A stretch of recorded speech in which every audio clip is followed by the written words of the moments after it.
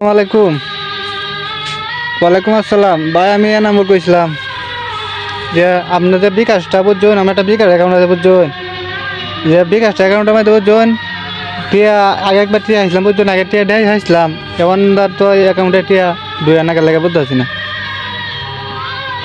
বিকাশে pin number তো আপনার আছে, ফার্স্ট সংখ্যার পিন নাম্বার কোন লাগবে নাকি? পিন নাম্বার করে তো আপনি টিয়া নেবেন কে বিকাশের?